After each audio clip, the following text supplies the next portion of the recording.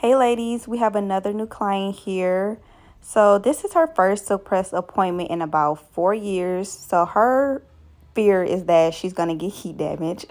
So she doesn't like to use a lot of heat because she fears heat damage.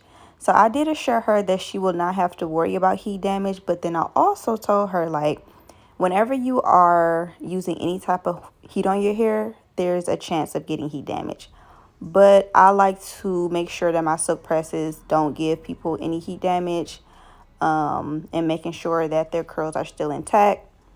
So I went in, shampooed her, and then I used the She Nourish Curl Recovery Deep Conditioner. The deep conditioner has heat protection in it up to 450 degrees. So I told her that, and then I also used a leave-in spray. And then after blow drying her, I also used another spray as a heat protectant. So I told her that, about the heat protections that I use and the temperatures and the irons that I use, just to make her feel more comfortable and to reassure her that, I'm doing everything I can to make sure that your curls bounce back right after the silk press. Because clients really do like that, and they really do like for you to explain the process. So I'll try to do that with every single client as much as I can.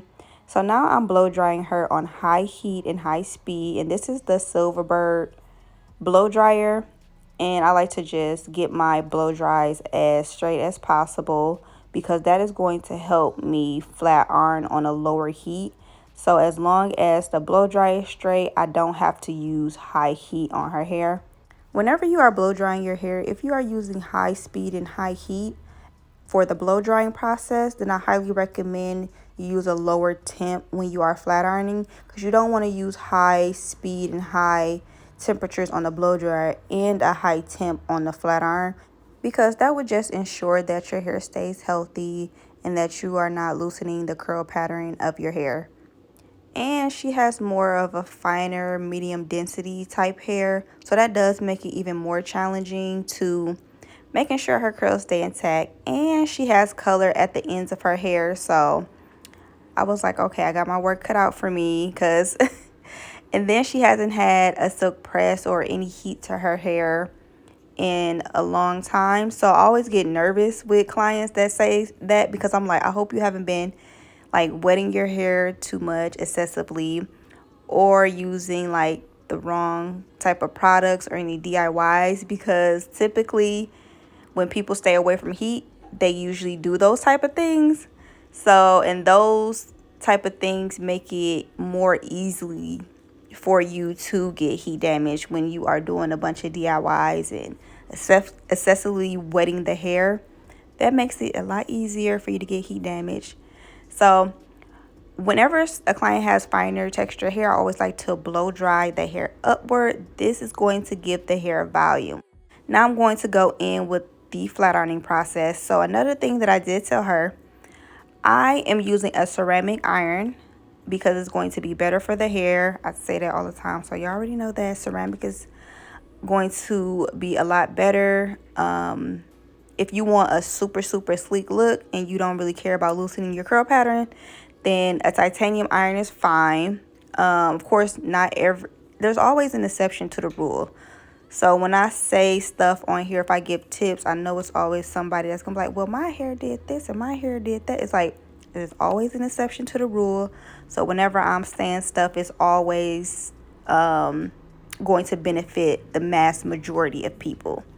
So we are going to use a ceramic iron, and I'm on 360 for her hair, and I'm only doing one pass.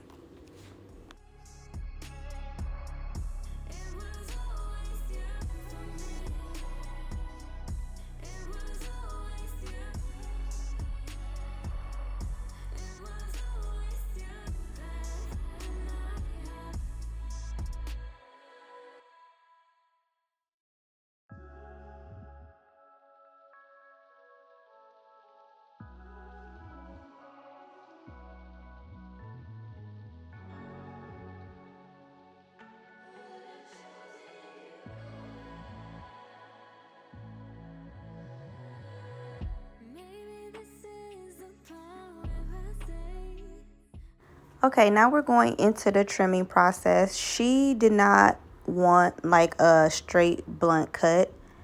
She wanted more of that shape that her hair is currently in already, because she wears her hair curly most of the time.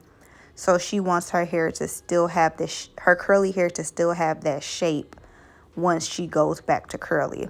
So I told her I can trim her, and I'm going to trim her in the same shape that she has now.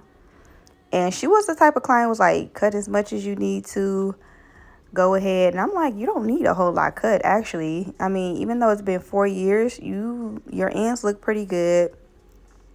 You don't need a whole lot cut off. So I was like, I'm just going to keep your shape and trim off a little bit. And so that's what I did. I gave her more of that U shape that she already had. I just pretty much cleaned it up. And then I'm going to go in and curl her, because whenever you have like a medium density, fine to medium texture hair, and you haven't had heat on your hair in a while, I like to give the hair curls, because it'll give the hair more body and bounce instead of straight, because that can tend to be like a super flat look. So I always like to add curls, especially since she hasn't had any silk presses in a while. Another tip that I want to add is that whenever you have finer texture hair like her and you getting curls, I highly recommend to pin curl your hair when you get home, or to flexi rod it. Because a lot of people say like, oh, my curls fell, and I ask them, how did you wrap it at night? And some will say, well, I wrapped it. And I'm like, well, wrapping is for keeping your hair straight, and it's for loosening your curls. So whenever you get curls with the flat iron or curls with the curling iron, and you go home and you wrap it, that means you're trying to loosen the curls, or you're trying to like completely straighten them out, or you're just trying to get body in your hair. So pin curls or flexi rods, and how you wrap the hair in the flexi rods and pin curls really, really matter, because how you wrap it in there is how it's going to fall in the morning. So it does take a little bit of practice if you've never done it before, but just take your time and try to watch some YouTube or TikTok tutorials on how to do it, and you'll get it down pat. And it's so worth it to keep those curls in, because they just give the hair a lot of body and bounce. And anytime I curl and some pieces kind of like fall or don't get curled, I go back in and curl it. And so this is the final look of her hair. It turned out so pretty, so shiny, bouncy. It just turned out really, really nice. And shop the best products. I'll leave them linked up below, the She Nourish products. Follow me on Instagram at Shellgrowshair. And I'll have more silk press videos coming up for y'all. So make sure you turn on your notifications to be notified when I upload next. And I'll see y'all in the next video.